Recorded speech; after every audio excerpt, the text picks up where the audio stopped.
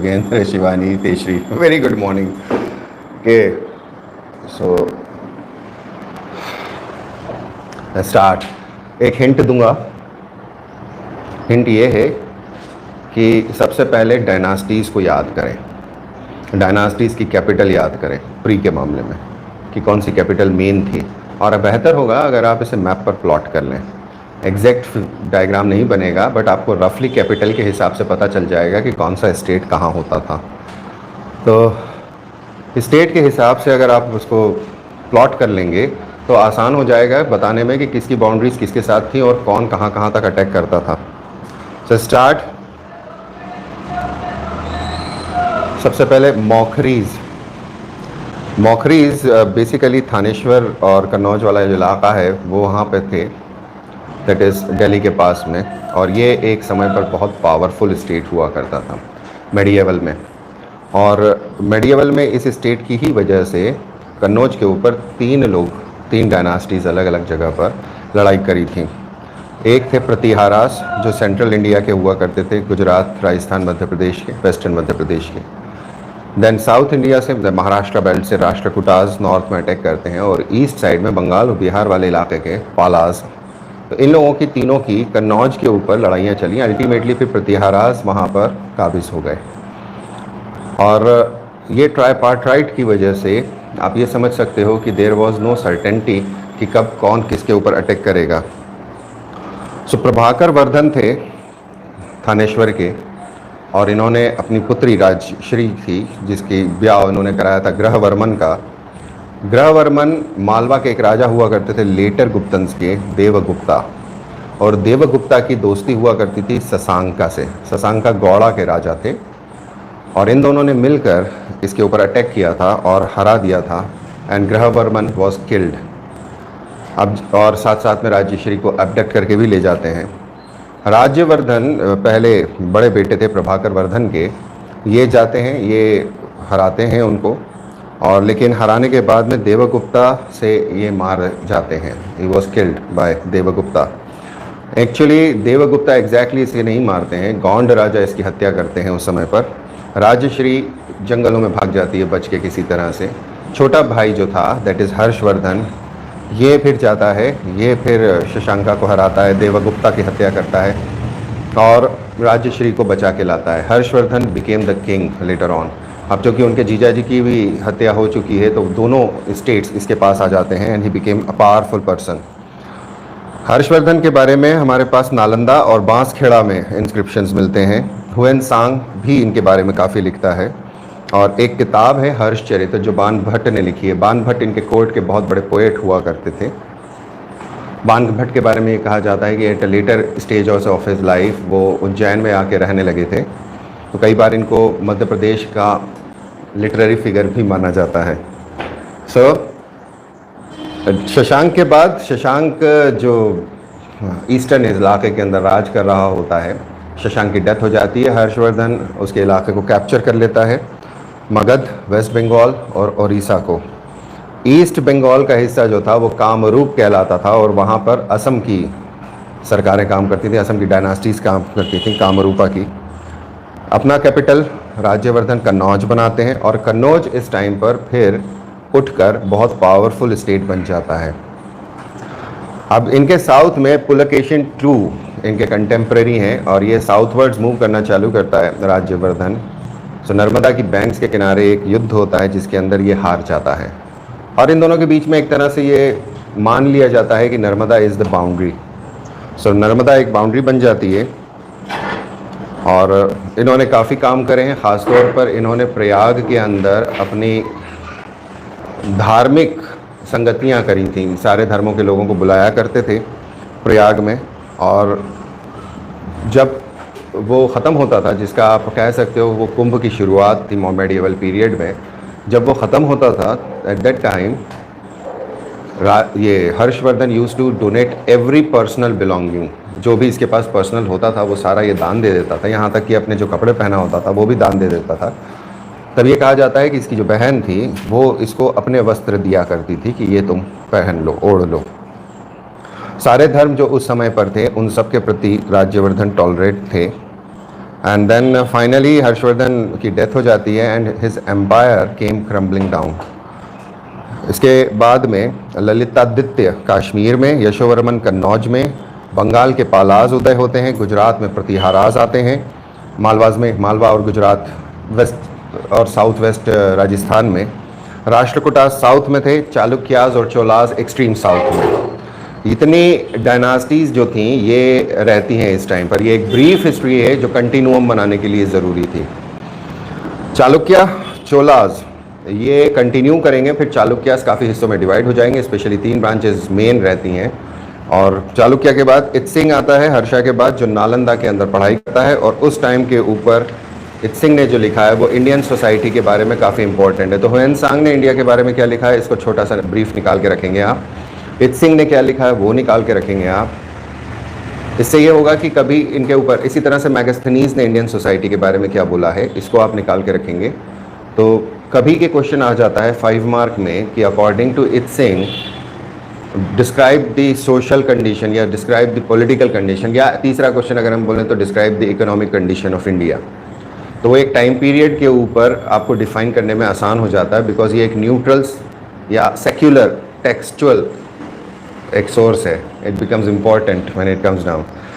अब जब कन्नौज सेंटर बन जाता है तो न्यूली लेटर मेडिएवल पीरियड के अंदर राजपूताना का उदय होता है। The Rajputs came into being. इसके अंदर तोमराज ये 736 एडी के अंदर दिल्ली में अपनी कैपिटल इस्टाब्लिश करते हैं। ये प्रतिहाराज के अंडर में काम करते हैं, उनकी सजरेंटी में काम करते हैं। और इनकी किंगडम हरियाणा और पंजाब में थी। सिंध में 712 एडी के अंदर अरब अटैक हो चुका है और अरब किंगडम्स इस्टाब्लिश हो चुकी हैं। सो हमको थोड़ा सा लेआउट लेकर चलना है कि what about the extreme west of Pakistan, that is वो वाला पार्ट जहाँ माकरन कोस्ट लगता है, माकरन सीरीज़ है, माकरन रेंज है। वहाँ पर कौन लोग थे, वहाँ से सिंध तक, सिंध इज़ इंडस तक, यहाँ पे कौन लोग का राज था। देन नॉर्थ वर्ड्स अगर हम चलते हैं तो पंजाब में किन लोगों का राज था, एंड देन फर्दर अफ़गानिस्तान है एंड इंडिया है। सो यशोवर्मन एक बड़े राजा हुए हैं जिनके बारे में हम कभी पढ़ेंगे आगे वापस से जब आएंगे हम एंशियंट के अंदर। ये लेटर एंशियंट है या अर्ली मेडिएवल पार्ट है, बट कोलाबरेट करने के लिए हम direct 10th century onwards move करना चालू कर देंगे तो मामला गड़बड़ होगा, या 11th सेंचुरी ऑनवर्ड मूव करना चालू कर देंगे तो गड़बड़ होगा। इन्होंने काफ़ी बड़े एरिया के अंदर कब्जा करा था। Now Arabs try to infiltrate into mainland India, आज की मॉडर्न इंडिया के अंदर आना चाहते थे, but they were resisted by many kings, not only one kings. So Yashovarman was one of them जिन्होंने अरब्स के साथ लड़ाई की थी। अब अरब्स जब लड़ते थे तो अपने साथ एक फोर्स रखते थे। क्या साड़ी, सूट पहन के आई, साड़ी कहाँ पहन के आई? ठीक हो गई? कितनी?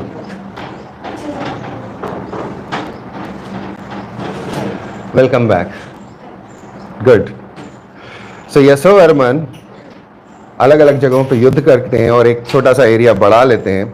इनके टाइम पर कुछ किताबें लिखी गई हैं, वाकपति की प्राकृत, भावभूति की मालती माधव, महावीर चरित और उत्तर रामचरित। और इनके एक बौद्ध सेना नाम के व्यक्ति थे जो इनके करीब थे, इनको ये चाइना एम्बेसडर बना के भेजते हैं, हुतासेन, और इनका तिब्बत चाइना के अंदर बहुत बड़ा रोल है।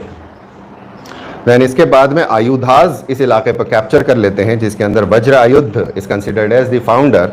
वज्रायुद्ध, इंद्रायुद्ध और चक्रायुद्ध ये कन्नौज के राजा हैं। और जो कन्नौज के ऊपर लड़ाइयाँ चालू होती हैं तो ये चीज़ याद रखिएगा, इसके ऊपर इन डिटेल मत करिएगा। मैंने ये बैड एक्सपीरियंस ही खराब करके देखा है कि अगर तुम इसके ऊपर ज़्यादा डिटेल में जाओगे तो फंस जाओगे। बेसिकली राष्ट्रकूटाज में 100, 150, 200 साल तक, प्रतिहाराज के अंदर 100, 150 साल का, पालास का 100, 150 साल का, इन तीनों का कन्नौज के ऊपर अतिक्रमण होगा, जिसमें स्टार्टिंग में जो ये आयुधाज हैं ये सबसे इंपॉर्टेंट है, क्योंकि इन्हीं की वजह से, इनके सरेंडर कर देने की वजह से ट्राइपार्टाइट शुरू होगी। सो सबसे पहले वज्रायुद्ध हैं, वज्रायुद्ध के बाद इंद्रायुद्ध बैठते हैं। इनको प्रतिहारा राजा हरा देते हैं। हराते इसलिए हैं क्योंकि बाला राजा, पाला के जो राजा थे, ये इनके साथ पैक्ट कर लेते हैं कि तुम हमारे फिड्यूटरी लॉर्ड हो, यानी तुम हमारे अंडर में हो। सो प्रतिहारा राजा, वत्स राजा, इनको हरा देते हैं। और हराने के बाद वापस जब जा रहे होते हैं तो राष्ट्रकूटाज नॉर्थवर्ड्स मूव करते हैं और ध्रुव वन वो भी इंद्रायुद्ध को हरा देता है। हराने के बाद ये वापस जब जा रहे होते हैं तो इनकी लड़ाइयाँ होती हैं पाला के राजा से। अब जब ये वापस अपनी अपनी जगह आ गए, राष्ट्रकूटा साउथ चले गए, मालवा के अंदर प्रतिहारा वापस सेटल हो गए, तब बंगाल के राजा वापस जाते हैं कन्नौज, और कन्नौज पे इंद्रायुद्ध को हटा के चक्रायुद्ध को राजा बना देते हैं। And that's how it becomes the centre of tripartite struggle, and that is very strong. Generally आज तक एक आध भी क्वेश्चन मेरी नज़र में ऐसा नहीं आया है कि जहाँ ये डीप में जाके किसने किस राजा को हराया वो क्वेश्चन पूछा गया। बट हाँ, एक कहीं मेरे पास चार्ट है हिस्ट्री के नोट्स में, तुम लोगों ने बनाया था क्या लास्ट टाइम ट्राइपार्टाइट का? हाँ, अगर दिख जाए मिल जाए, मेरे पास है एक पूरा पेज की डिटेल है कि कब कौन से राजा ने कब कहाँ चढ़ाई करी थी। बट चूंकि वो इतना डिटेल में हो जाता है वो आता नहीं है, but you should be prepared for that. So अगर मुझे वो इजीली मिल जाएगा तो आई विल सेंड इट, आज भेजूंगा, कल भेजूंगा, अगले हफ्ते भेजूंगा, जब भी मिलेगा I will send it to you. I get a screen photo and then I will send that to you. But meanwhile सिर्फ इतना याद रखिएगा कि Palas in the east, Pratiharas in the central India and Rashtrakuta in north Deccan, ये बहुत powerful थे और इन्होंने तीनों ने मिलकर कन्नौज के ऊपर लड़ाइयाँ करी हैं, which led to the tripartite struggle. तो पूरा नॉर्थ इंडिया ऑलमोस्ट एनगल्फ होता है इनके बवाल से। देन प्रतिहाराज, ना प्रतिहाराज के बारे में ये कहानी है कि कहा जाता है कि ये हुन के साथ आए थे। ये एक ट्राइब थी जो पंजाब के पार्ट में, राजपुताना और गुजरात के पार्ट्स के अंदर, दैट इज इंडस की बैंक्स के किनारे, ईस्टर्न बैंक ऑफ इंडस, ये लोग एस्टैब्लिश हो जाते हैं।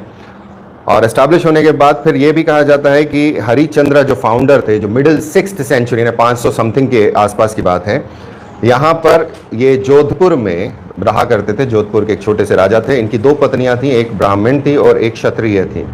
सो इनके जो पुत्र हुए हैं वो ब्राह्मण प्रतिहारा और क्षत्रिय प्रतिहारा कहलाए। क्षत्रिय प्रतिहारा जो बाद में थे ये अलग अलग जगह से राज करते थे।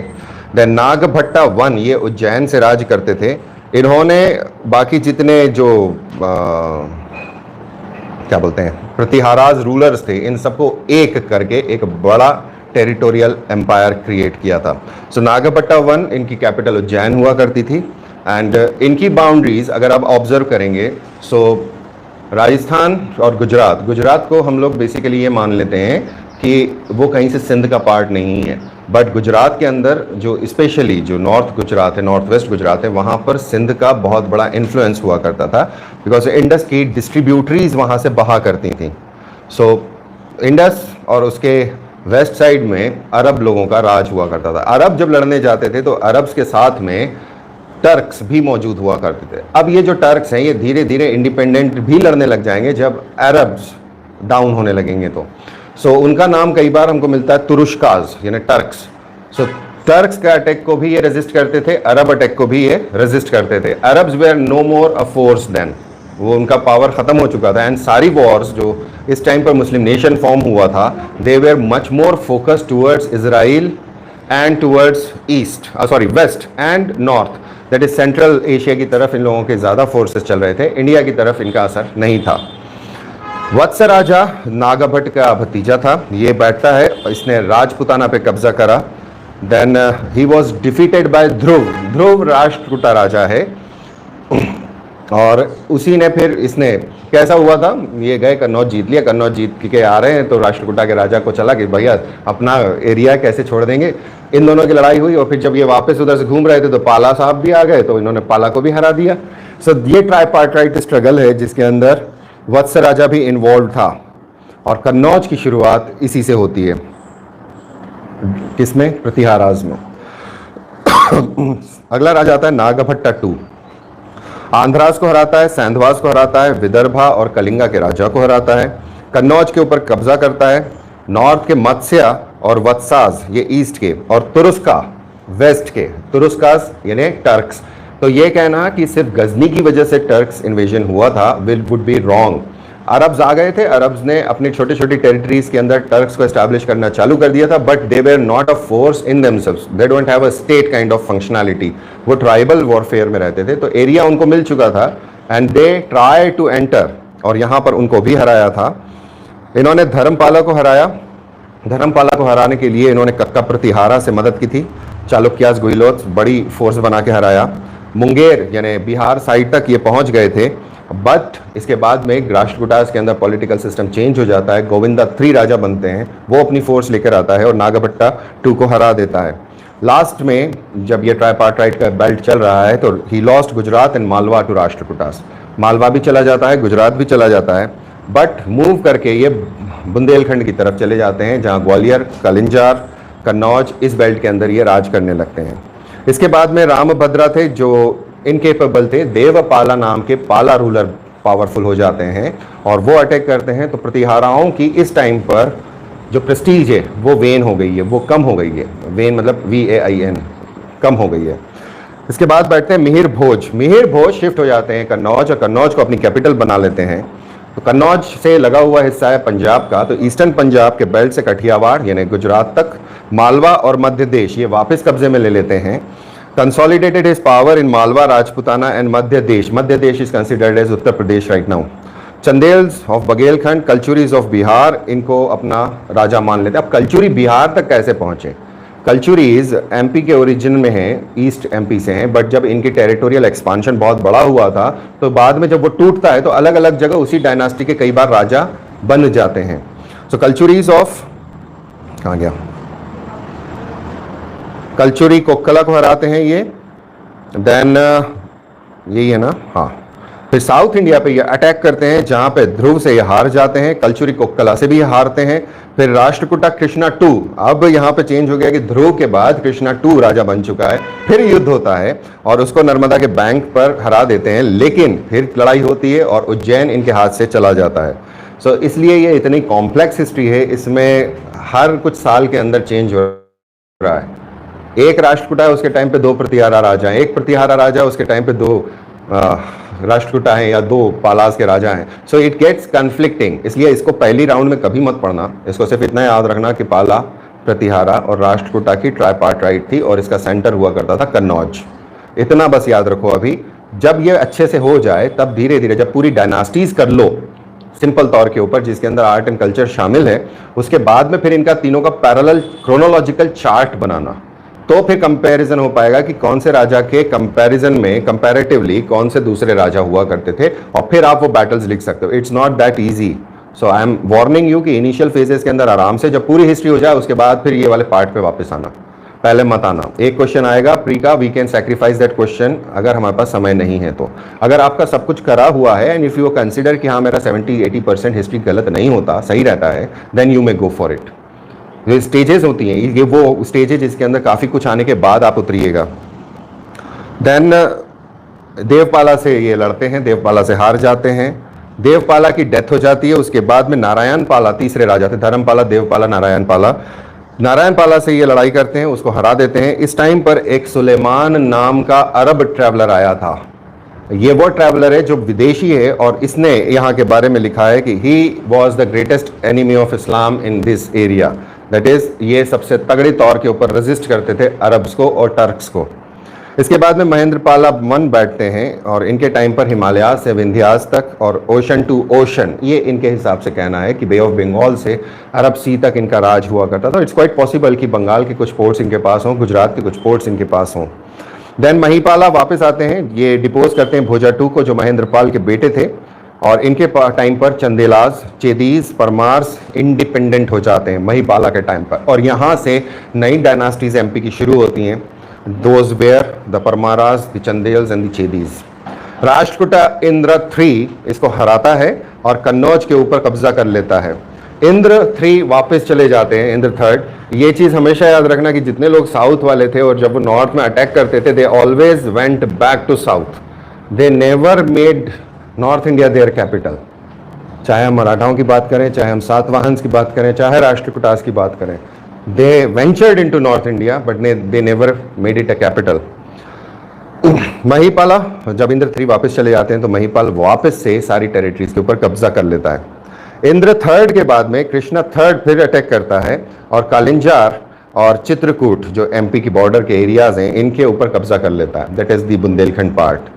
पालास को लगता है कि हाँ मामला अच्छा है, तो प्रतिहारास की जो ईस्टर्न एरियाज थे, जो वेस्ट ईस्टर्न UP के हैं या बिहार वाले हिस्से हैं जिनके ऊपर प्रतिहाराओं का राज था, इसके ऊपर ये कब्जा कर लेते हैं। तो इनके टाइम पर, महिपाल के टाइम पर काफ़ी सारा एरिया जो है इनके हाथ से निकल जाता है। इसके बाद महेंद्र पाला टू बैठते हैं जो एक राज याद करते हैं। उसके बाद फिर 4 राजा और थे जो 15 साल के लिए राज करते हैं।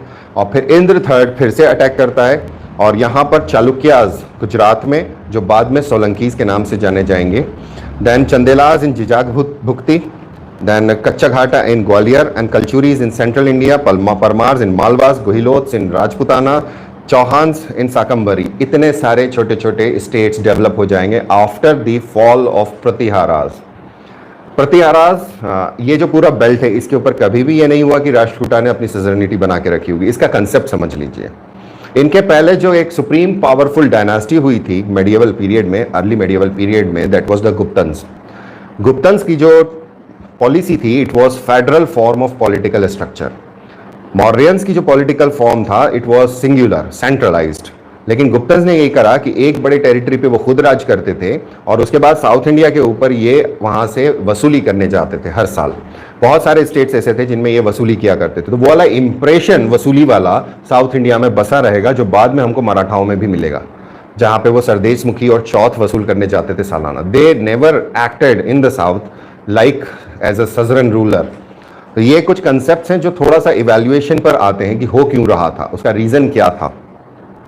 देन राज्यपाला, जिनके बारे में लास्ट कहा गया है, इनके टाइम पीरियड पर ब्राह्मण शाही हुआ करती थी जो वेस्ट में थी, नॉर्थ वेस्ट में, और गजनी से ब्राह्मण शाही के युद्ध हुआ करते थे क्योंकि उनकी बॉर्डर लगा करती थी। सो ब्राह्मण शाही को राज्यपाला सपोर्ट करते हैं। टर्किश इन्वेजन अब चालू हो जाते हैं, दैट इज गजनी के टाइम पर। और जब गजनी अटैक करेगा 1018 AD में, तो ये भैया भाग जाएंगे और पहले जो चंदेला राजा इनकी मदद किए हुए थे वो अब अपने पुत्र को भेजेंगे विद्याधर को कन्नौज पे अटैक करने के लिए। और Rajyapala was killed by the Chandelas और उनका पुत्र त्रिलोचन पाला, उसे राजा बना दिया जाएगा। उसके बाद फिर 1019 में उसको भी गजनी हरा देगा। लास्ट रूलर जो प्रतिहारास का है, he was Yashapala. So that is the brief before entering into the Ghazni period. कहाँ का? इन द नॉर्थ, कि कन्नौज बना कैसा था, कन्नौज के कौन से राजा हुए हैं आफ्टर हर्षवर्धन। देन हमारे पास आते हैं Gahadavalas. These are considered as the Rajputs. इसके अंदर चंद्रदेवा जो कन्नौज वाले ही बेल्ट के अंदर राज करेंगे। 1080 से 1100 का टाइम पीरियड है जब गजनी का इफेक्ट खत्म हो चुका है, जब वैक्यूम वापस क्रिएट हो गया है कि राजा कौन बनेगा, तब गहदवालाज अपनी स्टेट को फॉर्म करते हैं। फाउंडर है चंद्रदेवा, जिन्होंने राष्ट्रकूटा गोपाल से कब्जा किया था। राष्ट्रकूटा गोपाल साउथ से वापस अटैक करते हैं जब प्रतिहारा अपनी पूरी एनर्जी खपा चुके हैं, दे आर नो मोर। और गजनी के अटैक की वजह से पूरा सेंट्रल इंडिया और नॉर्थ इंडिया तबाह हो चुका है, western central India, not eastern India. इन्होंने नॉर्दर्न यूपी तक कब्जा किया था। क्या कर रहा है? अच्छा, इनका एक पुत्र था मदन चंद्र या मदन पाला। खैर इनके बारे में कोई जानकारी हमारे पास अवेलेबल नहीं है।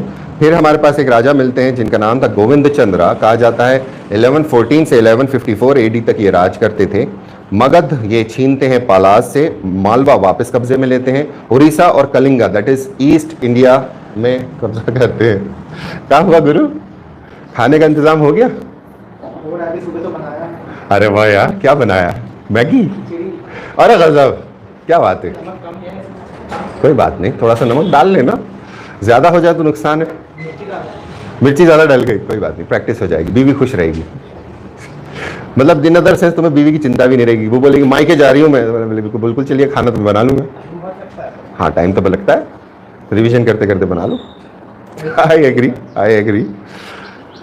अगला बंदा था विजय चंद्रा। और उसके बाद विजय चंद्रा ने अपनी, ये डबल लाइन में कैसे कॉपी हो गया है? विजय चंद्रा अपनी बाउंड्रीज को इंटैक्ट रखते हैं। उसके बाद बैठते हैं जय चंद्रा। जय चंद्रा काफ़ी बड़े एरिया के ऊपर राज कर रहे होते हैं, ईस्ट एंटायर यूपी बिहार के पार्ट्स। और इनकी लड़ाई होती है बंगाल के लक्ष्मण दास से। और जब ये लड़ाई होती तो ये वीक हो जाते हैं और ये हार जाते हैं। इनके और Prithviraj third that is Rai Pithora के बैर चलते थे, आपस में युद्ध हुआ करते थे। एंड फाइनली इसकी हत्या हो जाएगी चंदावर में, the fourth battle that Gauri one, या इंपॉर्टेंट बैटल ऑफ चंदावर। और फिर जयचंद्र, इसके बाद में हरिचंद्र वापस कोशिश करेगा कन्नौज को जीतने की, but could not and he failed. उसके बाद फिर अडाकमल्ला नागौद नाम के इलाके में जो इनके बच्चे थे वो सेटल हो जाएंगे एंड इल्तुतमिश फाइनली कन्नौज के ऊपर कब्जा कर लेगा।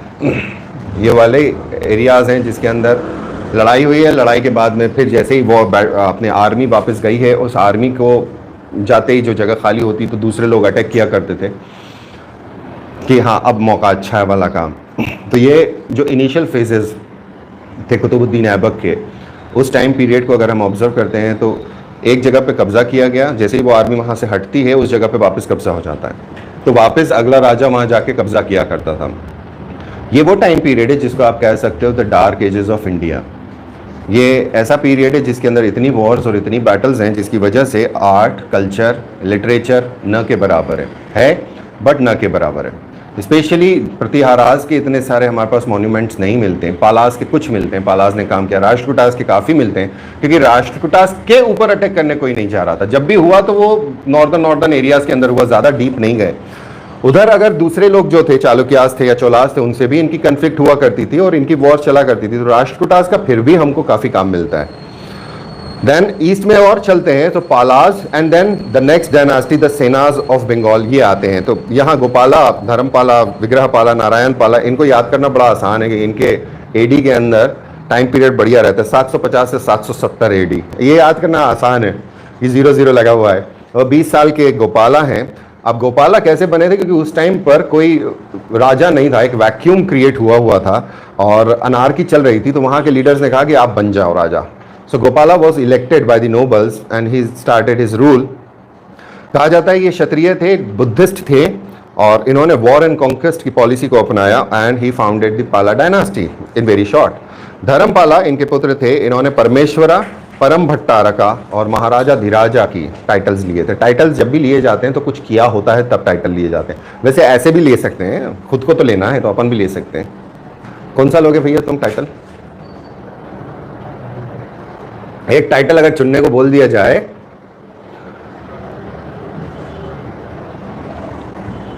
आप कौन सा टाइटल लेने वाले हैं? अभी सोचेंगे, इतना क्या सोचना। नहीं आओ, धर्मपाला ये कन्नौज के ऊपर कब्जा करना चाहते थे और डायरेक्ट कन्फ्लिक्ट्स में प्रतिहारा राजा वत्सराज से काउंटर करते हैं और राष्ट्रकूटा ध्रुव, ये 3 लोग हैं जिन पे ये सारा झगड़ा चालू हुआ था कन्नौज का, और ये डिफीटेड हो जाते हैं, हार जाते हैं। फिर ये कन्नौज फिर से अटैक करते हैं, जब ये इंद्रायुद्ध को चक्रायुद्ध से रिप्लेस कर देते हैं। फिर नागभट्टा 2 प्रतिहारा से इनका युद्ध होता है, ये फिर हार जाते हैं।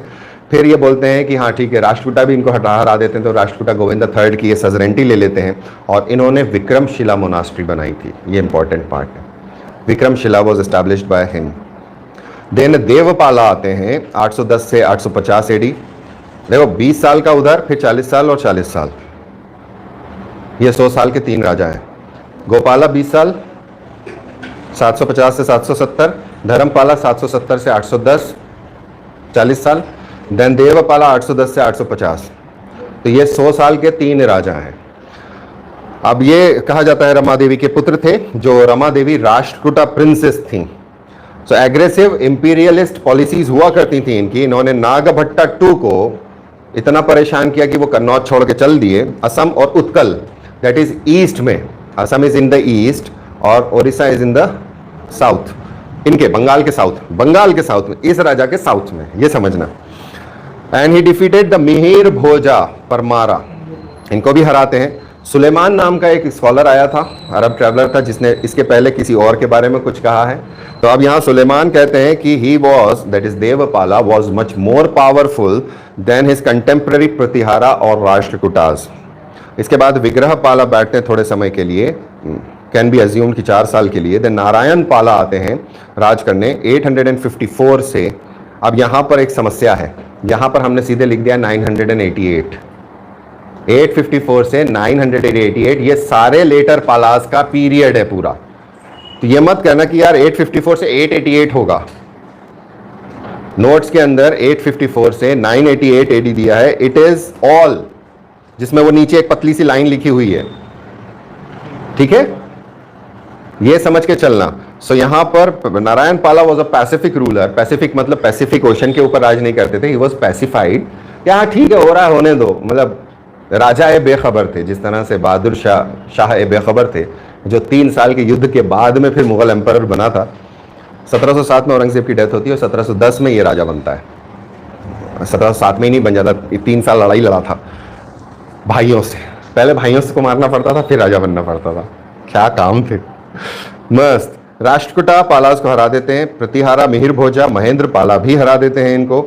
नॉर्थ बंगाल और मगध ये वापस कभी कब्जे में ले पाते हैं। राष्ट्रकूटा कृष्णा 2 भी इनको हरा देते हैं। सो नारायण पाला पैसिफाइड थे, हारते रहे, थोड़ा बहुत वापस जीत गए लेकिन फिर भी हारते रहे। इसके बाद राज्यपाला गोपाला 2, विग्रहपाला, ये इनकेपेबल थे और इस टाइम पर Chandelas of MP, then Kalachuris again of MP, then Kambojas of Odisha and Chandras, ये अटैक करते हैं इनके ऊपर और इनसे भी ये हारे हुए रहते हैं। देन महिपाला फर्स्ट, ये 988 में आते हैं एंड महिपाला नाम से ऐसा लगेगा कि ये पाला डायनास्टी का है, but Mahipala is the founder of the second पाला एम्पायर। फर्स्ट पाला एम्पायर का फाउंडर है गोपाला, सेकेंड का है महिपाला। ओनली इसके पास जो इसके टाइम पे जो पार्ट्स, इसके पास मगध का एरिया था और इनके पास बंगाल भी नहीं था, तो बिहार वाले एरिया के अंदर ये वापस सजरेंटी लेते हैं। फिर north east and west Bengal का कब्जा करते हैं धीरे धीरे और वापस से कैप्चर करते हैं। ईस्टर्न यूपी में बनारस तक अपनी बाउंड्रीज को एक्सटेंड करते हैं। इसके टाइम पर चोला राजेंद्र चोलास कहाँ है, साउथ इंडिया में, एक्सट्रीम साउथ में, राष्ट्रकूटास के साउथ में, वो अटैक करते हैं और साथ ही साथ में गंगई देवा चंदेला भी इन पर अटैक करते हैं। तो अटैक्स। अब इसके अंदर सोच के देखना, हमेशा एक क्वेश्चन रहता है कि इसका पढ़ेंगे तब पढ़ेंगे, आम जनता का क्या हाल होता था भाई? जब आम जनता ये देख रही है, आम जनता मीन्स कॉमन पीपल, कि इधर से एक आ रहा है, अगले साल उधर से एक आ रहा है, तीसरे साल उधर से आ रहा है, एग्जैक्टली वो इम्यून हो गए और उनके अंदर सेंस ऑफ नेशनलिज्म खत्म हो गया, सेंस ऑफ बिलोंगिंग खत्म हो गया। तो जनता जब इस तरह से हो जाएगी तो क्या करोगे आप? आपके अंदर जब तक नेशनलिज्म नहीं होगा, नेशनलिज्म तभी आता है जब यूनिफिकेशन होता है। चाहे हम यूरोपियन यूनिफिकेशन की बात करें, चाहे हम ईस्टर्न एशियन कंट्रीज की यूनिफिकेशन की बात करें, कहीं की भी, तभी नेशनलिज्म होता है। डिवीजन से, बंटवारे से जनता टूट जाती है। सो पॉलिटिकली डिवीजन या divisive politics are much more dangerous, extremely dangerous in fact. Next, अब यहाँ पे नए पाला बैठते हैं 1038 से 1055। ये वो टाइम पीरियड है महिपाला फर्स्ट का जिस टाइम पर गजनी के अटैक हो रहे हैं, लेकिन गजनी उस एरिया तक उतना नहीं गया था, तो इस वजह से इनके ऊपर गजनी का अटैक डायरेक्ट नहीं लगा। लेकिन सेंट्रल इंडिया और मालवा, पूरा मालवा लेने अगर हम, तो यहाँ गजनी के अटैक हुए थे, गुजरात से मालवा तक का और नॉर्थ का हिस्सा, मथुरा वाला हिस्सा। अजीब मौसम है यार, 15 तारीख को अपने यहाँ से मानसून रिटर्न हो जाता है और ऐसा लग रहा है जैसे सावन, ये वाली बारिश सावन की बारिश है। हाँ, तो क्या कुंवार तक जाएगी क्या? पूरा शिफ्ट हो गया है पिछले 5-6 सालों को अगर ऑब्जर्व करोगे ना, तो इट हैज शिफ्टेड। हाँ, लास्ट ईयर भी लेट थी, उसके लास्ट ईयर भी लेट बारिश थी।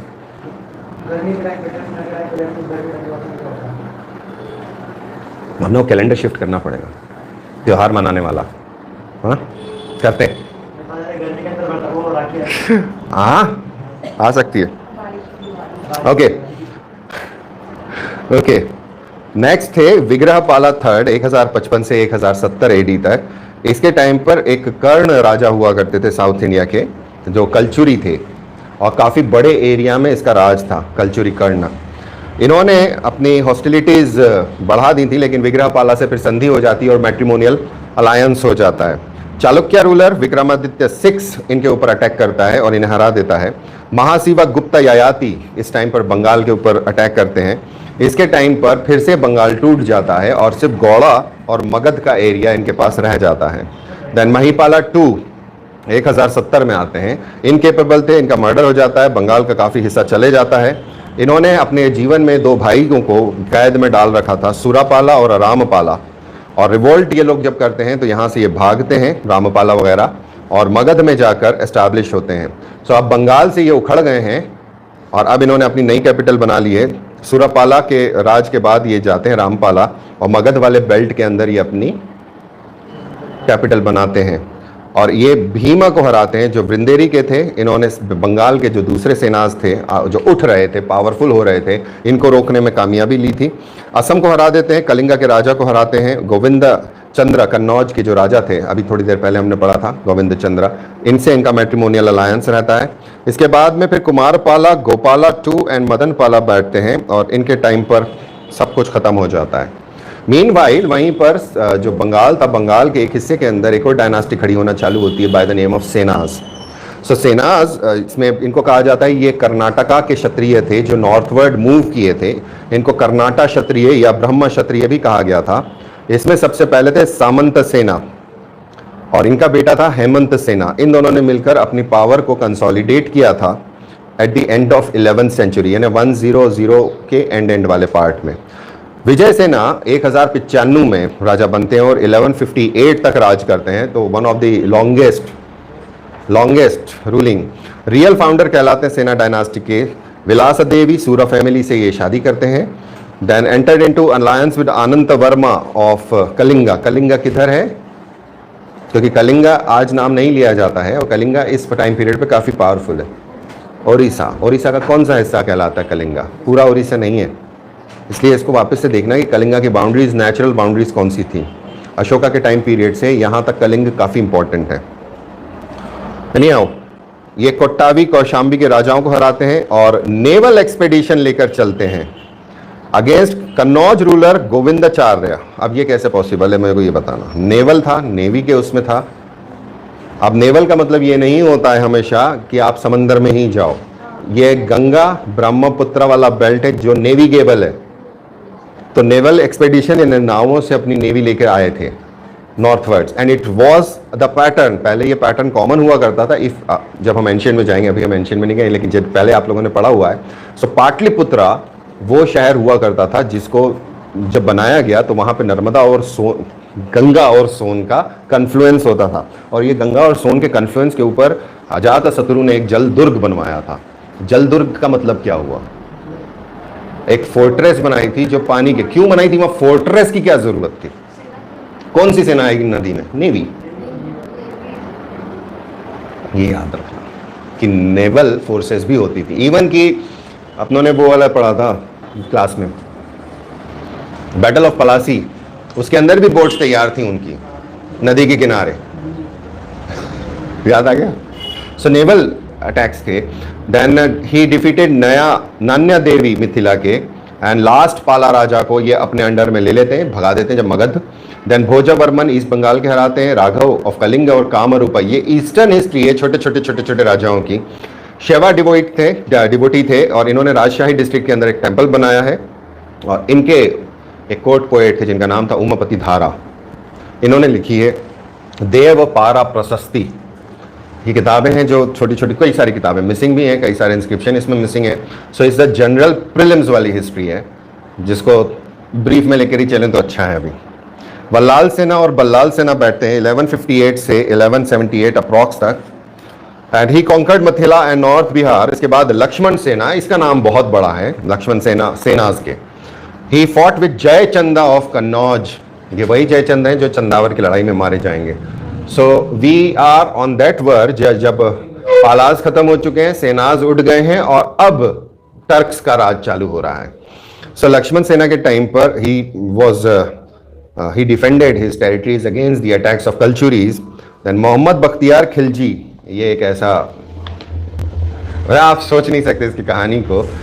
He came, he saw कि कोई नहीं है, जीत लो, जीत लिया।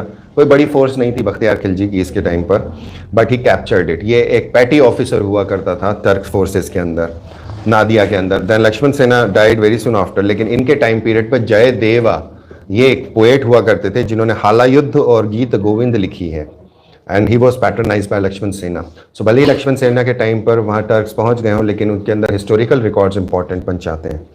देन इसके बाद विश्वरूपा है, उसके बाद केशव सेना है and then West Bengal finally went to Turks. अब ये कहाँ पहुँच गए हम? किस किस बेल्ट को देख लिए? द पालास का देख लिया, द दिल्ली वाला बेल्ट देख लिया।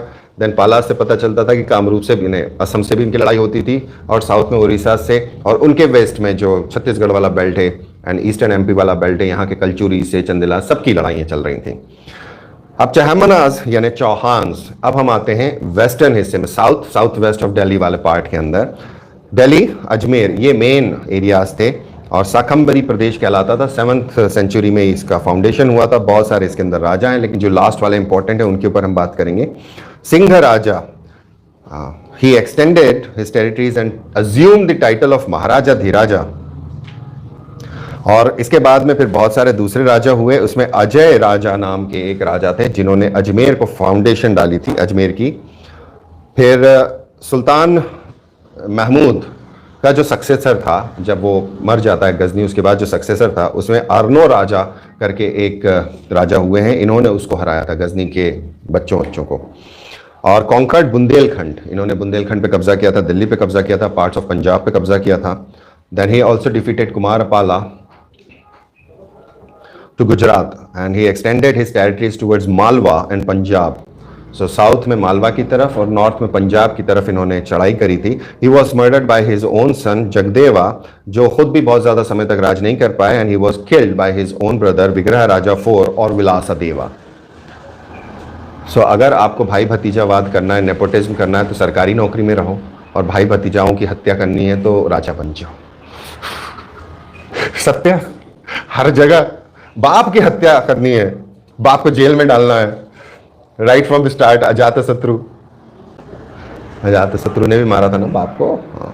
Okay, so next is Vilasadeva और Vigraha Raja IV। He defeated Kumarapala, that is Bengal का इलाका, recovered Delhi and Hansi, fought with Turks and had a vast empire. इसमें महाकवि सोमदेव मिलते हैं जिन्होंने लिखा है ललित विग्रह राज नाटका। देन विलासदेवा खुद भी बहुत अच्छे ऑथर थे, इन्होंने लिखा है हरकेली नाटका, और इन्होंने अजमेर में एक कॉलेज बनवाया था जिसे सरस्वती मंदिर कहा जाता था, जिसको कुतुबुद्दीन ऐबक ने कन्वर्ट किया था, और आज हम उसको 2.5 दिन का झोपड़ा के नाम से जानते हैं। Then Apara Gangeya, he was killed by Prithviraja II। वो भी ज़्यादा समय तक नहीं रह पाए, Prithviraja II died very soon. इसके बाद सोमेश्वर आता है, वो भी जल्दी डेथ हो जाती है। And then finally came to the throne Prithviraja III, that is Rai Pithora, जो पृथ्वीराज हैं। So he is not first, his third and known as Rai Pithora. 1178 से 1192 AD। इनिशियली ये बहुत सारी चीज़ों के ऊपर कब्जा कर लेते हैं। नाडोल नाम की एक जगह थी जो मोहम्मद ऑफ गुर कब्जा किए हुए था, उसे छुड़ा लेते हैं। 1182 के अंदर ये भदनकाज, रेवाड़ी के, भिवानी और अलवर के, यहाँ के, इनको हराते हैं। उसके बाद चंदेला राजा परमार्दी को बुंदेलखंड के अंदर, जहाँ पे आल्हा और उदल थे परमल के, जिनकी कहानी आज भी चलती है, वो पृथ्वीराज चौहान के अगेंस्ट मारे गए थे। आला खंड जो है, वन ऑफ द लॉन्गेस्ट कही जाती है। इन्होंने महोबा और कलिंजार पे कब्जा किया था, that is a Bundelkhand belt. 1183 के अंदर जितना जीता था वो सारा चंदेल वापस जीत लेते हैं। देन फिर परमारा, दशवर्षा और प्रतिहारा जगतदेवा और भीमा II, इन सब के साथ इनके युद्ध होते हैं। पृथ्वीराज III अल्टीमेटली होता यह है कि उधर, अभी गजनी के ऊपर आएंगे, अभी ये बैकग्राउंड बना लें। सो गौरी पहले गुजरात की तरफ जाके अटैक करता है, फिर पंजाब वगैरह तो थे। यहाँ पर एक भटिंडा नाम का शहर है, गौरी भटिंडा पे कैप्चर कर लेता है, भटिंडा को कैप्चर कर लेता है। और उसके बाद में भटिंडा ऐसी जगह थी जहाँ पृथ्वीराज चौहान की बाउंड्रीज मिलती थी। सो 1191 में तराइन का युद्ध होता है, इसके अंदर जयचंद इसका साथ देता है, और यहाँ पर गौरी हार जाता है, भाग जाता है मैदान छोड़ के। अगले साल वापस आता है, 1192 की बैटल होती है, दैट इज तराइन II। इसमें जयचंद इसके साथ नहीं है, and Prithviraj II was defeated and later killed. और जयचंद का यहाँ पे पृथ्वीराज के साथ कहा जाता है कि उसकी बेटी जो थी संयोगिता, वो पृथ्वीराज के साथ स्वयंवर करके चली गई थी, इस वजह से प्रॉब्लम थी दोनों की। बट मीनवाइल यहाँ पर टर्क्स का राज हो जाता है। बट ये टर्क्स का राज इसलिए सही नहीं माना जाता क्योंकि यहाँ हमारे पास हिस्टोरिकल एविडेंस, स्क्रिप्चर एविडेंस से कन्फ्लिक्ट कर जाते हैं। हमको बहुत सारे कॉइन्स मिलते हैं जिसमें एक तरफ पृथ्वीराज के वंशजों के नाम लिखे हैं या उनका है, और दूसरी तरफ गौरी का नाम लिखा हुआ है। सो ये शो करता है कि गौरी की सजरेंटी के अंदर चौहान वंश था। और कुछ कहा भी जाता है कि हरिराजा जो इसके भाई थे पृथ्वीराजा के, इन्होंने पृथ्वीराज III के सन को, छोटे बेटे को हटा दिया था, फिर ऐबक ने उन्हें हरा दिया। बट बाद में क्या हुआ, ये नहीं पता, बट ये है जो एविडेंस कॉइन का है उससे ये पता चलता है कि वो लोग कहीं ना कहीं एज अ फिड्यूटरी लॉर्ड या सजरेंटी लेकर राज कर रहे थे गौरी के अंडर में। हाँ ना, सही है ना? तो मेकअप कह रहा हूँ, किताबों में ज्यादा नहीं मिलता बट है। देन अगला है गुजरात के अनहिलवाड़ा के सोलंकी। ये चालुक्य डायनास्टी हुआ करती थी जो बाद में सोलंकीज कहलाई। मूल राजा इसके फाउंडर थे, इनके सक्सेसर चामुंडा राजा थे, फिर वल्लभ राजा, फिर दुर्लभ राजा और फिर भीम राजा वन। भीम राजा वन तगड़े इंसान है, 1022 से 1064 एडी तक इनका काम है। और यहाँ पे गजनी इनके टाइम पर सोमनाथ पर अटैक करता है इनिशियल फेज में। ये राजा बने एंड इन्होंने कोई उसका रिटेलिएशन नहीं दिया। भीम राजा वन भाग जाते हैं कच्छ को, और जब टर्क्स वापस चले जाते हैं तब ये वापस अपने राज करने आ जाते हैं। इसके बाद कर्ण बैठते हैं। कर्ण की लड़ाई होती है मालवा के परमारों के साथ और साकंभरी के चौहानों के साथ, जो नॉर्थ में पृथ्वीराज वाला वंश है। फिर जयसिंह बैठते हैं, इनका टाइटल था सिंध राजा। मालवा के परमारों को ये हराते हैं, चौहानास को हराते हैं। चौहानास राजस्थान के चंदेलास तक अटैक हो जाता है, बुंदेलखंड मालवा को क्रॉस करके उनको हराते हैं। कल्याण के चालुक्य जो साउथ के हैं उनको हराते हैं। फिर एक पुत्र अडॉप्ट करते हैं, इनके मिनिस्टर का बेटा था उदयना एज ए सक्सेसर। बट कुमारपाला इनका जो दूसरा कहीं रिलेटिव था वो अपने आप को राजा बना लेता है। कुमारपाला चौहानास परमारास जो मालवा के थे इनको हराता है, और ये Kumarapala was incline towards Jainism. Ajay Pala बैठते हैं इसके बाद, जिसको प्रतिहारा वज्जला देवा ने हत्या कर दी थी। मूल राजा फिर बैठते हैं, इन्होंने मोहम्मद गुर को गुजरात अटैक में हराया था 1178 एडी एट माउंट आबू। सो गौरी की इनफैक्ट ऐसा गौरी नहीं है कि वो उसको हराया नहीं जा सकता, इवन पृथ्वीराज चौहान भी चाहते तो हरा सकते थे। देन ये माइनर था, इनकी माँ का नाम था नायिका देवी, और ये नायिका देवी जो है वो रिजेंट बन के काम करती थी। देन थ्रोन पर बैठते हैं भीमा देवा टू। इस टाइम पर कुतुबुद्दीन ऐबक इनकी कैपिटल अनहिलवाड़ा के ऊपर अटैक करता है 1197 एडी। कुतुबुद्दीन ऐबक 1206 से 1210 तक सुल्तान है। इस टाइम पर वो गवर्नर है गौरी का। So as a governor Qutubuddin Aibak के रोल बहुत तगड़े हैं। तो इनकेस अगर 11 नंबर में आपको क्वेश्चन आ जाएगा कि कुतुबुद्दीन ऐबक के बारे में लिखो, सो उसके 3 पार्ट करोगे। पहला पार्ट तो ओपनिंग वाला होगा जिसके अंदर बड़े छोटे से वो लिख रही है, तुम सुन रहे हो, फिर दोबारा टाइम वेस्ट करोगे क्या देख के? ये फ्रेमिंग है, फ्रेमिंग लिख लिया करो फौरन। सो पहला पार्ट वो होगा कि हु ही वाज, और फिर 1191 के बाद उसको यहाँ के गवर्नरशिप दे दी गई थी। तो एज अ गवर्नर 1191 से 1206 तक उसने क्या क्या करा, फिर 1206 से 1210 तक उसने क्या क्या करा। ठीक है, 1206 तो ये हिस्से बनेंगे, और फिर आप ये शो करोगे कि he was not having enough time to consolidate his state. Consolidation उसका नहीं है, इसीलिए रियल फाउंडर इल्तुतमिश को बोला जाता है। बट आप यहां इसको पॉजिटिव टोन पे छोड़ोगे कि Qutubuddin led the foundation for Iltutmish to consolidate his position. ये लास्ट लाइन लिख के आप छोड़ दोगे। कब आई आप?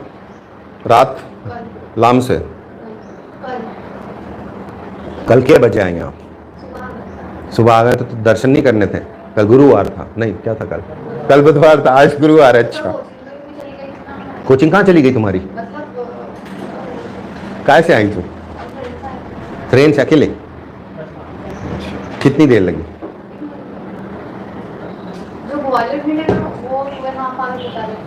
ग्वालियर भिंड यहाँ से जाती है?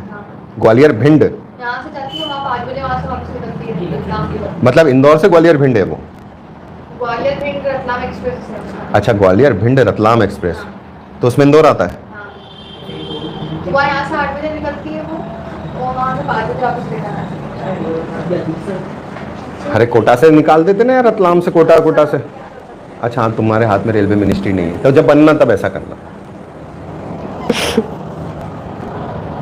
चलो कोई बात नहीं, शाबाश। कहाँ थे? ओके, कुतुबुद्दीन ऐबक इस टाइम पर अनिलवाड़ा के ऊपर कब्जा कर लेता है, और इसका जो मिनिस्टर था भीमदेवा, यहाँ पर वो साउथ गुजरात के अंदर नई डायनास्टी के फाउंडेशन डालता है बाय द नेम ऑफ वाघेलास और बघेलास। ये बघेल फिर हमारे यहाँ भी आएंगे एमपी के अंदर, और बघेल डायनास्टी शुरू होगी। वाघेला या बघेलास, हाँ वो बघेला ही है ना, वो है बेसिकली चालुक्य ही सब, सोलंकीज की ही ब्रांच है वो।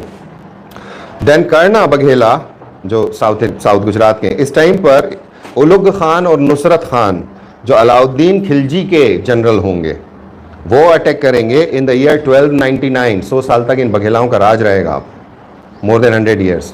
और फिर अलाउद्दीन खिलजी फाइनली गुजरात के ऊपर कब्जा करेगा और फिर वो अलाई दरवाज़ा बनवाएगा। ठीक है, हो गया। अब चलें कहाँ पे हो गया? नॉर्थ में गुजरात भी हो गया, ईस्ट कोस्ट से वेस्ट कोस्ट देख लिया, बंगाल भी देख लिया तुमने, बीच में प्रत्याराज भी देख लिए और इधर भी देख लिए तोमर छोटे से। ठीक है, वो तोमर का तो राज पहले ही ख़त्म हो गया ना, क्योंकि उसके बाद तो फिर गायदवालास पे ख़त्म करना है। तो हम लोगों का जो काम है वो ट्रांजिशनरी है ये पीरियड। So it's basically considered as later medieval, but चूंकि ये मुझे वापस से पढ़ाना है एंशियंट के अंदर एंड पार्ट में, so will come back to it. उधर का फ्लो अलग रहेगा। अब चलते हैं कहाँ? पासपोर्ट लेके पाकिस्तान, अफगानिस्तान। सो ब्राह्मण शाही या हिंदू शाही डायनास्टीज, ये कुषाण लोगों के वंशज हुआ करते थे जिन्होंने अपना टाइटल लिया था शाही, और इनके बुद्धिज्म और शैविज्म मेन रिलीजन हुआ करते थे, इसीलिए ये इनको कई बार हिंदू तुर्क भी बोला गया है, Hindu Turks. And their kings Turki Shahi कहलाते थे, क्योंकि Turks are closely related with the Yuezhi tribes. और इनके जो लास्ट रूलर थे वो थे लगा तुर्मान। इनको उनके ब्राह्मण मिनिस्टर कल्लर ने हटा दिया था at the middle of 9th century AD, और यहाँ पे हिंदू शाही या ब्राह्मण शाही नाम की डायनास्टी का एस्टैब्लिशमेंट होता है। कल्लर पहले थे, इनको ललिया शाही भी बोलते हैं, जो राज तरंगिनी ने बोला है। राज तरंगिनी यहाँ पर कई बार नाम मिलेगा, कल्हण ने लिखी है और कश्मीर की हिस्ट्री है, लेकिन ये जो हिस्ट्री है ये हिस्ट्री है वास्तव में। इसलिए आपको अगर आप घटना चक्र उठा के सिर्फ राज तरंगिनी पे क्वेश्चन निकालोगे तो you are going to find minimum of 5, 6, 7, 8 या 10 भी हो जाए तो बड़ी बात नहीं है। इतना इंपॉर्टेंट डॉक्यूमेंट है because it's a book of history. बाकी जगह से हम इन्फ्रेंस निकालते हैं, तो राज तरंगिनी कल्हण की बहुत इंपॉर्टेंट सोर्स है। राज तरंगिनी इनको डिस्क्राइब करती है एज मोस्ट पावरफुल। और काबुल कहां है?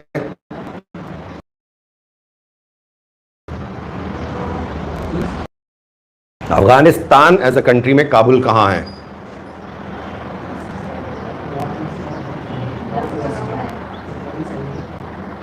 ईस्ट सेंटर में पड़ता है वो ऑलमोस्ट। काबुल बीच में, काबुल के साउथ के अंदर दूसरी स्टेट्स हैं, नॉर्थ में गजनी है। गजनी, गुर, काबुल प्लॉट करोगे ये सारे? आज प्लॉट करोगे? आज में प्लॉट चाहिए। गजनी नॉर्थ में है, गुर है, काबुल है और कांधार है। कांधार वेस्ट में है, वो छोटी सी वैली है कांधार वैली। चलो, काबुल से किशनगंगा कश्मीर तक इनका राज था। पंजाब रूलर इनके अंडर में सजरेंटी लिए हुए थे और इन्होंने काबुल के पहाड़ छोड़कर इंडस नदी के किनारे अपनी कैपिटल बनाई थी, जिसका नाम था उद्भंदा। नहीं पढ़ा? पढ़ा है? उद्भांडा की उद्भंदा? उद्भांडपुरम। ओके, अपने अंग्रेजी किताब से बनाया ना नोट्स, तो उसमें उद्भंदा लिखा था। देन इसके बाद श्री सामंता, कामालुका, भीमा, ये कश्मीर राजाओं के साथ मैट्रिमोनियल अलायंस रखते थे और भीमा के बाद इनका सक्सेसर नहीं मिलता है। We don't have any successor. Then Jayapala नाम का एक राजा बनता है जिसका कोई कनेक्शन हमें नहीं मालूम है कि कैसा कनेक्शन था।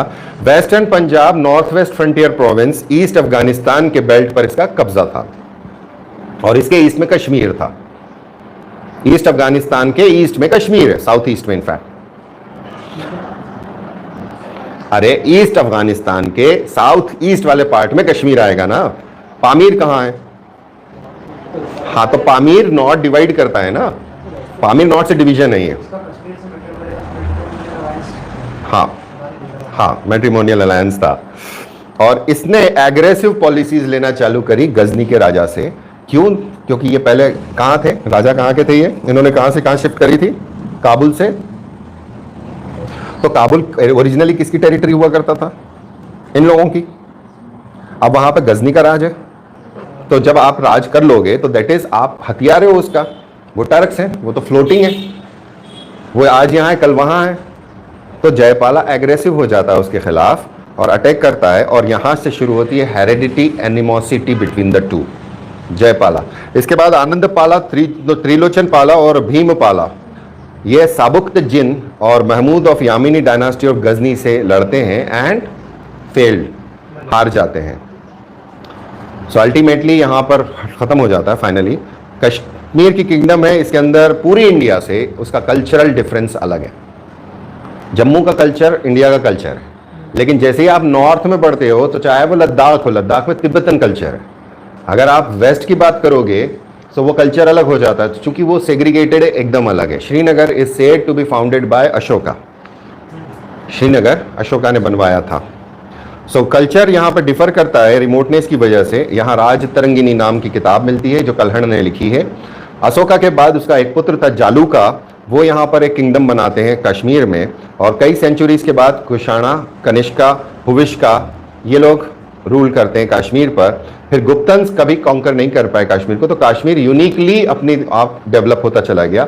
हुण मिहिर कुला, हुण लोग जब अटैक करेंगे तो मिहिर कुला यहाँ पर अपना एम्पायर इस्टेब्लिश करता है। यहाँ छोटे छोटे शहर हैं एक्चुअली, जिनको हिस्ट्री में हम ध्यान नहीं देते, दे आर डिस्ट्रॉयड, बट बहुत बहुत पुरानी बिल्डिंग्स यहाँ पे मौजूद, बिल्डिंग्स या रिमेन्स मौजूद हैं आज भी। नागा का अब यहाँ पे अलग अलग डायनास्टीज, इसलिए नाम दिया गया कश्मीर। अभी हम नाम लेके चल रहे हैं क्योंकि डायनास्टी चेंज हुई, जैसे बंगाल, सो पालाज एंड सिनाज, कन्नौज, हमने किसी एक पर्टिकुलर डायनास्टी के बारे में बात नहीं करी, बिकॉज वी आर शिफ्टिंग। सो अब हम जब बात कर रहे हैं that is your Kashmir, north एकदम। सो नागा कारकोटा ये डायनास्टी थी 7th सेंचुरी में, ये मेडिएवल का पार्ट है, इसको दोबारा नहीं करना, यहीं कर लो, इतना ही काफ़ी है। 7th सेंचुरी बिगिनिंग के अंदर दुर्लभ वर्धन राज करते हैं 36 साल के लिए, और हर्षवर्धन के कंटेम्परेरी थे। अब यहाँ पर एक कहानी और है, जो राजतरंगिनी है, वो कहा जाता है शुरुआत तो कल्हण ने करी थी, बट उसके बाद उसके शिष्यों ने कंटिन्यू करी है, लेकिन नाम सिर्फ कल्हण का आता है। तो राजतरंगिनी आपको बहुत लंबे टाइम पीरियड की हिस्ट्री देती, तो आप बोले बहुत लंबी उम्र थी यार भैया की। उसके बाद उसके चेलों ने उसको कंटिन्यू किया। नेक्स्ट बैठते हैं दुर्लभ, जो फिर 50 साल राज करते हैं। चंद्रपिदा 713 एडी में राजा हैं, और 712 एडी के अंदर अरब कहां आ गए हैं, किधर, इधर जगह नाम बताओ, सिंध। 712 में सिंध है, यानी कराची वाला बेल्ट है, वो कोस्टल एरिया है, वहां से 713 में कश्मीर पर अटैक कर देते हैं। क्यों? क्योंकि इंडस से ट्रैवल करना आसान है, हमेशा नदी से ट्रैवल करना आसान होता है। ऐसी नदी जिसमें जब वो प्लेन्स में बहती है तो उसमें आप ट्रैवल कर सकते हो। जो अभी थोड़ी देर पहले मैंने आपको बोला कि नेवल वॉरफेयर, सो वो नेवल वॉरफेयर सिर्फ यहाँ नहीं होता था, नेवल वॉरफेयर इंडस में भी होता था। अलेक्जेंडर की फोर्सेस उसका इस्तेमाल करती थी, और अलेक्जेंडर की फोर्सेस दो हिस्सों में बंटकर गई थी। यहाँ से एक आर्मी गई थी लैंड से और एक आर्मी गई थी बाय सी रूट्स। तो अंडरस्टैंड दिस थिंग कि don't ever consider only land routes possible. पहाड़ों के अंदर लैंड रूट ही चलता है, वहाँ नदी में आप क्रॉस नहीं कर सकते, ये भी याद रखना। सो 713 एडी के अंदर अरब इसके ऊपर अटैक करते हैं, और अरब फोर्सेस यहाँ हार जाती हैं। हाँ, चाइना से हेल्प लेता है, ललित बेसिकली तिब्बत से। हाँ, ललितादित्य मुक्तपीदा, तिब्बत भी नहीं, बेसिकली तिब्बत के अंदर कई सारी डायनास्टीज थी वहाँ इस टाइम। हाँ हाँ, ललितादित्य मुक्तपीदा जो चंद्रपीदा के भाई थे, वो बैठते हैं 724 से 760 तक राज करते हैं और दिग्विजय का टाइटल लेते हैं। इनके बहुत अच्छे संबंध थे, क्यों? इन्होंने तिब्बतन्स को हराया था, चाइना से संबंध अच्छे थे, कंबोज को हराया था, इन्होंने तुर्क्स को हराया था, और पंजाब के पार्ट्स पे अटैक करके कब्जा कर लिया था।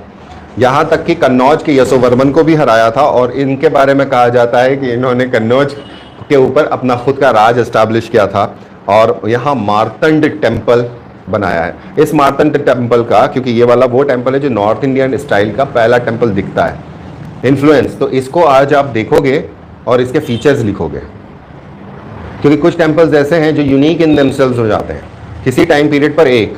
तो ये वो टाइम पीरियड है जो 724 से 760 का है, 8th सेंचुरी का है। तो जितना भी आप चंदेलों का काम देखोगे ये उससे भी पहले वाला काम है। सो अर्लीस्ट फेजेस के अंदर गुप्तन्स ने जो काम चालू किया था, सो गुप्तन इन्फ्लुएंस को बाद में कैसे मूव करना है उसको काम करके चलना है। जयपिता विनयादित्य इसके बाद आते हैं, और ये मगध पे कब्जा करने की कोशिश करते हैं, कश्मीर से मगध, बट फेल हो जाते हैं। और ये जब फेल हो जाते हैं तो उत्पला डायनास्टी, अब उत्पला डायनास्टी उत्कल डायनास्टी मत समझना, उत्पला वैसा लगेगा जैसे कहाँ की है, तो उड़ीसा की है, उत्कल से उत्पल निकल आएगा, लेकिन उत्पल इज कश्मीर डायनास्टी। अवंती वर्मन बैठते हैं जो पावरफुल है, नॉट बैठते हैं, इनके फाउंडर के पते नहीं है, 885 से 888 तक he was the founder and he consolidated his kingdom और इकोनॉमिक प्रॉस्पेरिटी लेकर आते हैं। फिर शंकर वर्मन रहते हैं जो वॉर और खतरनाक वॉर्स होती हैं। अब ये वो टाइम पीरियड आ चुका है जिस टाइम पीरियड पर टर्क्स पावरफुल होने लगे हैं, अरब्स डाउन हो गए। जब हम 9th सेंचुरी के एंड में पहुंच रहे हैं, 885-88 की बात कर रहे हैं, so Arabs are down and Turks are emerging powerful. So लड़ाइयाँ रोज करना है उनको, कभी ये वाला कबीला ट्राइब अटैक कर रहा है, कभी वो वाला ट्राइब अटैक कर रहा है।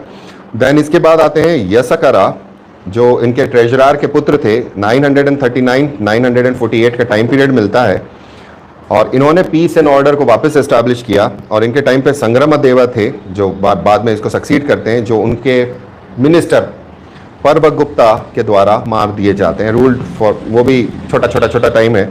फिर आते हैं क्षेमगुप्ता 950 से 958 AD, इनकेपेबल सक्सेसर थे। And next dynasty came into being the Lohara dynasty. So पहली डायनास्टी कौन सी कश्मीर की?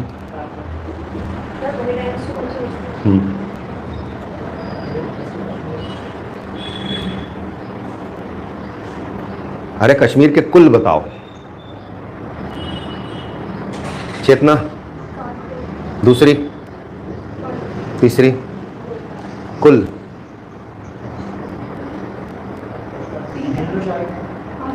काराकोटा, उत्पला और लोहारा। कुल कश्मीर। निमोनिक्स बनाया करो याद करने से पहले। संग्राम राजा ये त्रिलोचन पाला जो थे हिंदू शाही ब्राह्मण शाही के, गजनी के एक्सपेडिशन में। अब क्यों थे? क्योंकि भैया मैट्रिमोनियल अलायंस हुआ करता था। अब गजनी भैया अटैक कर रहे हैं तो ससुराल का गेम था, दोनों ने मदद कर दी।